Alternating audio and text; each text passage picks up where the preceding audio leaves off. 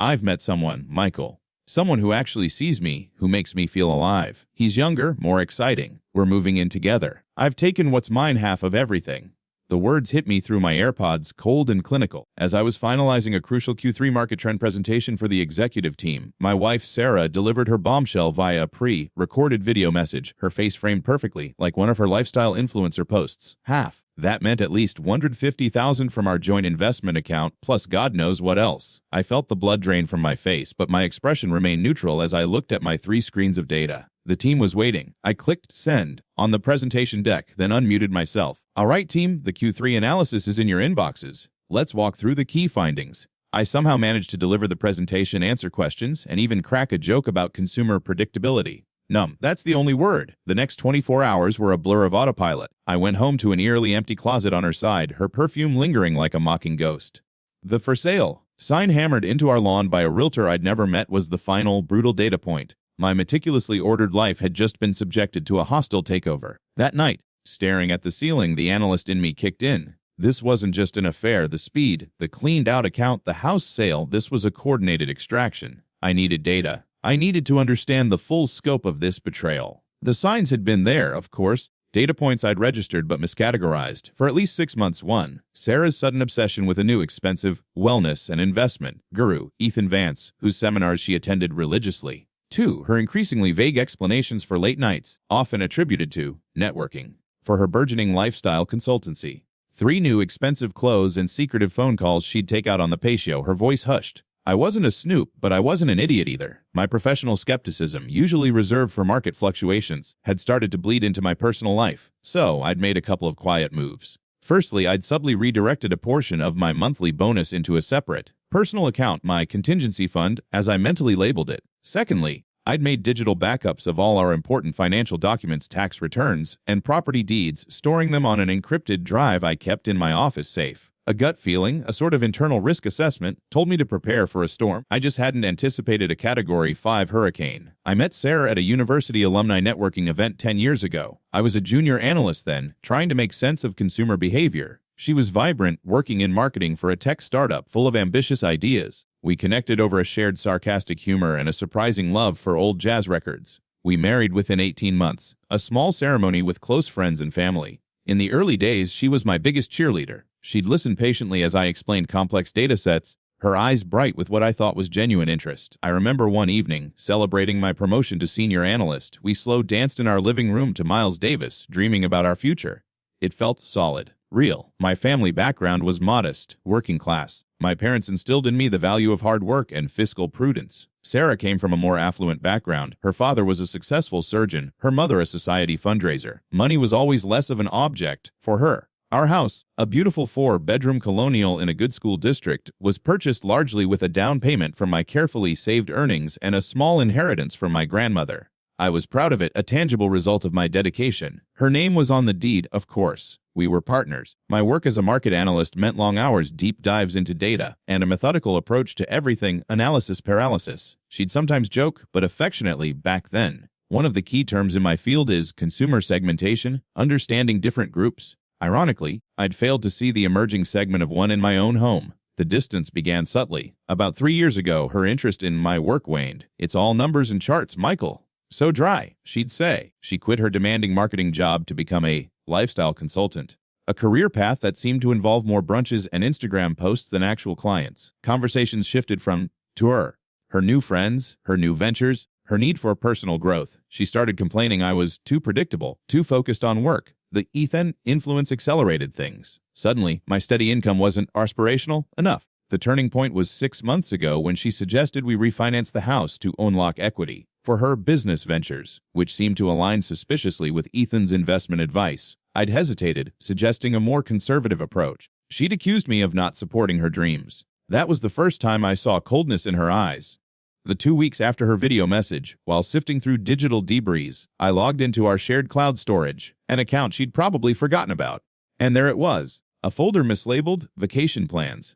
Inside, copies of new bank account statements in her name and Ethan Vance's, showing large regular transfers from our joint account over the past 4 months, totaling nearly $80,000 before she took the half. There were also emails between her and Ethan discussing liquidating Michael's less dynamic assets and/or new chapter. Then, the clincher: a scanned, signed purchase agreement for a luxury condo downtown, closing in a week, with both their names on it, and a draft of a power of attorney document granting her full control over my assets, dated just before her departure, with a crudely forged version of my signature. My blood ran cold. I was at my desk, supposedly analyzing competitor strategy. Instead, I was staring at a meticulously planned financial assassination. This wasn't just an affair, this was grand larceny with a romantic subplot. The scale of the deception was staggering. My professional life revolved around identifying market penetration strategies. Sarah had executed a devastating personal one. I immediately called David Rodriguez, my closest colleague and the head of our IT department. We'd been through countless product launches and late-night crises together.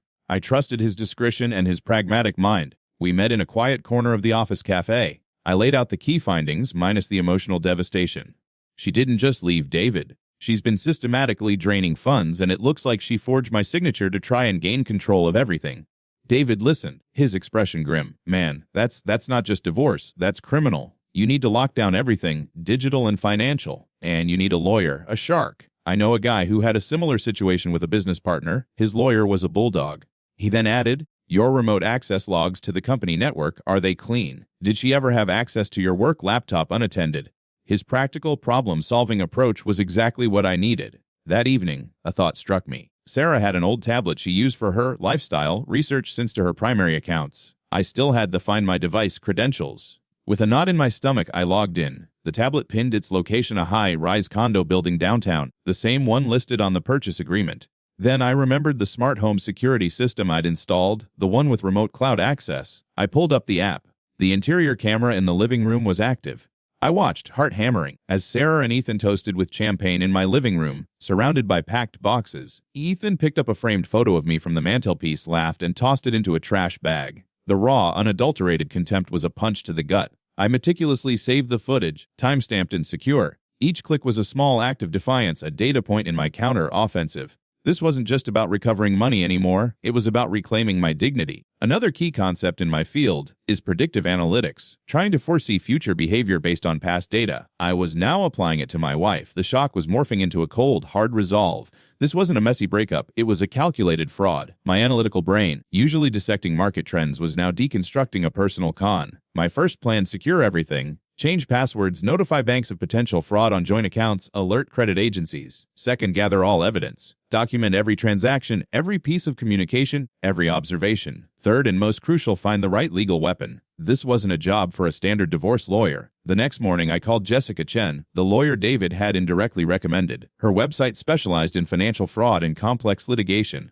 Mr. Davies. Her voice was crisp and professional over the phone. David Rodriguez spoke highly of your analytical skills. Send over a summary of your situation and any preliminary evidence. We can meet tomorrow. I spent the rest of the day compiling a detailed timeline, attaching bank statements, screenshots, and the forged power of attorney. I felt a strange sense of detachment, as if I were preparing a market report on my own life's implosion. The objective was clear: damage assessment and strategic response. We met at Jessica's downtown office. It was sleek, modern, and exuded quiet confidence. She was younger than I expected, sharp-eyed, with an air of intense focus. Michael, she began after a firm handshake, I've reviewed your documents. This is audacious. The premeditation is clear. The forgery is sloppy, but the intent is malicious. She walked me through the legal implications, potential civil and criminal charges. Our first step is to file an emergency injunction to freeze all known assets and prevent the sale of your house. We need to move fast. Her clarity was a lifeline. She wasn't just a lawyer, she was a strategist. Your market research skills will be invaluable here, Michael. We need to trace where the money went and uncover their full plan. For the first time in weeks, I felt a flicker of agency. Jessica and her team worked quickly. Within days, they'd subpoenaed bank records and uncovered more. It's worse than we thought, Michael. She told me during our next meeting, laying out a complex web of transactions. Sarah and Ethan didn't just open a joint account, they set up a shell corporation. E&S Lifestyle Ventures LLC. Funds were funneled from your joint accounts into this LLC, then out to multiple untraceable cryptocurrency wallets and an offshore account in the Cayman Islands. This is an amateur hour. They were planning to vanish. She pointed to a series of wire transfers. This pattern suggests they've done this before, or Ethan has. He's not just a fitness instructor, he's a predator. The total amount siphoned off was closer to $250,000. The forged power of attorney was clearly intended to give them access to my retirement accounts and other assets once the house was sold. My meticulous financial planning, my years of diligent saving, all targeted. I felt sick, but also grimly determined. The investigation expanded. Jessica suspected Ethan was the primary architect, with Sarah as a willing, if perhaps initially manipulated, accomplice. His digital footprint is almost too clean, Jessica mused. But the Shell Corp formation documents list a previous address for him in Nevada. We're digging. We discovered Ethan Vance was an alias. His real name was Arthur Jenkins, with a history of similar romance scams in 2 other states, though he'd always managed to slip away before charges stuck. Sarah, it seemed, was his latest mark and also his partner in defrauding me. The depth of her involvement became clearer. She hadn't just been fooled, she'd actively participated in the planning and execution. This was a systematic dismantling of my financial life. With a mountain of evidence, Jessica filed a comprehensive civil suit alleging fraud, conversion, and conspiracy. We also presented our findings to the district attorney's office. Given the forgery and the scale of the financial deception, the DA's office, initially slow, became very interested when Jessica connected Arthur Jenkins, Suki Ethan to potential interstate wire fraud. Formal legal notices were served. The house sale was frozen. Their accounts were flagged. Sarah called me, hysterical. Michael, what have you done? The bank just froze our condo deposit. You're ruining everything. Her voice, once soothing, now grated on my ears. Our condo, Sarah, or yours and Arthur's? I asked, my voice devoid of emotion. Silence, then a string of accusations and threats. I hung up. It was a small, grim satisfaction, like seeing a flawed hypothesis disproven by hard data. The DA's office, now collaborating with federal authorities due to the interstate nature of Ethan's activities, began their own investigation. My evidence, meticulously compiled, formed the backbone of their case against him. They interviewed me extensively. It felt like presenting the most important market analysis of my life. Jessica, meanwhile, had a plan. They're cornered, but they might try one last desperate move if they have any accessible cash.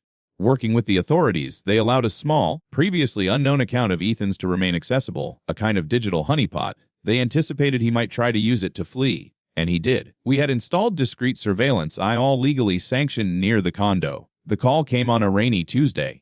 We got them, Jessica said, a rare note of triumph in her voice. Jenkins and Sarah were arrested at the airport trying to board a flight to Belize with fake passports and about 50 zaloed in cash they'd scrounged together. Your video footage of them in your house, the forged documents, the financial trail you helped uncover, it was airtight. Apparently, when confronted with the overwhelming evidence, especially the links to his past scams, Sarah had quickly tried to cast herself as a victim. But Ethan, seeing no way out, implicated her fully to try and get a lighter sentence. The investigation laid bare the entire scheme. Ethan S. Arthur Jenkins was a seasoned con artist who targeted financially comfortable individuals, often using accomplices. Sarah, initially flattered by his attention and promises of an exciting life, had become a key player, using her knowledge of my finances to help him. The lifestyle consultancy was a front. The plan was to drain my liquid assets, force the sale of the house, then disappear abroad. My case helped authorities connect him to at least 3 other similar operations. Ethan Arthur was sentenced to 7 years in federal prison for wire fraud and aggravated identity theft. Sarah, in exchange for her cooperation against Ethan and to avoid a longer sentence, pleaded guilty to conspiracy to commit fraud and forgery. She received 2 years probation, a hefty fine, and a court order for full restitution of all traceable funds, about 60% of what they took. The remaining 40% was lost in the crypto ether. The divorce was finalized quickly. The house, now tainted, was mine, but I didn't want it. I sold the house and most of its contents. The proceeds, combined with what was recovered, covered my legal fees and restored a portion of my losses. I resigned from my corporate job. The sterile environment of presentations and projections felt hollow. I needed something more tangible. I decided to leverage my analytical skills in a new way. The constant search for actionable insights in market data now had a new target: my own future. I moved to a smaller city known for its burgeoning tech scene and better quality of life, Denver. I started a small consulting firm specializing in data analytics for nonprofits and ethical startups, helping them understand their impact and optimize their resources. It was less lucrative but infinitely more fulfilling. I bought a small townhouse, adopted a rescue dog, a scruffy terrier mix I named Data, and started hiking in the Rockies on weekends. My new routine was quieter, more intentional. The work was challenging, but it mattered. About a year later, I received an email from a non-profit I'd helped. My analysis had enabled them to secure a major grant, allowing them to expand their literacy program to underserved communities. Your insights didn't just help us, Michael. The director wrote, they're helping change lives. Reading that, I felt a warmth, a sense of purpose I hadn't realized I'd been missing. My skills, once used to predict a consumer's next purchase, were now contributing to something genuinely positive. The anger and betrayal had faded, replaced by a quiet resilience. I learned that life, like any market, can be volatile and unpredictable. But with the right analysis, a willingness to adapt, and a focus on what truly matters, you can weather any storm.